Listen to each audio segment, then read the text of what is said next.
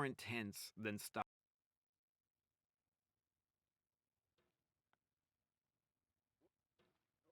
There's no feeling more intense than starting over. If you deleted your homework the day before it was due, as I have, or if you left your wallet at home and you have to go back after spending an hour in the commute.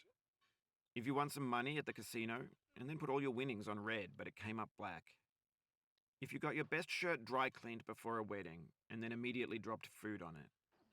If you won an argument with a friend and then later discovered that they just returned to their original view. Starting over is harder than starting up.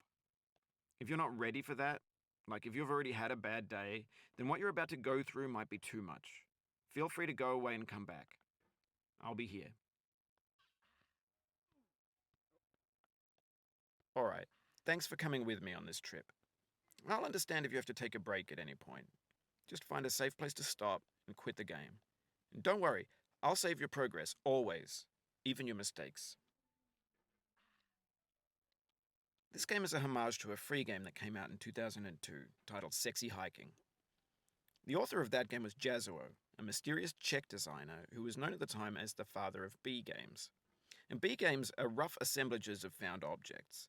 Designers slap them together very quickly and freely, and they're often too rough and unfriendly to gain much of a following. They're built more for the joy of building them than as polished products. In a certain way, Sexy Hiking is the perfect embodiment of a B game. It's built almost entirely out of found and recycled parts, and it's one of the most unusual and unfriendly games of its time. In it, your task is simply to drag yourself up a mountain with a hammer. And that act of climbing, in the digital world or in real life, has certain essential properties that give the game its flavor. No amount of forward progress is guaranteed. Some cliffs are too sheer or too slippery. And the player is constantly, unremittingly in danger of falling and losing everything.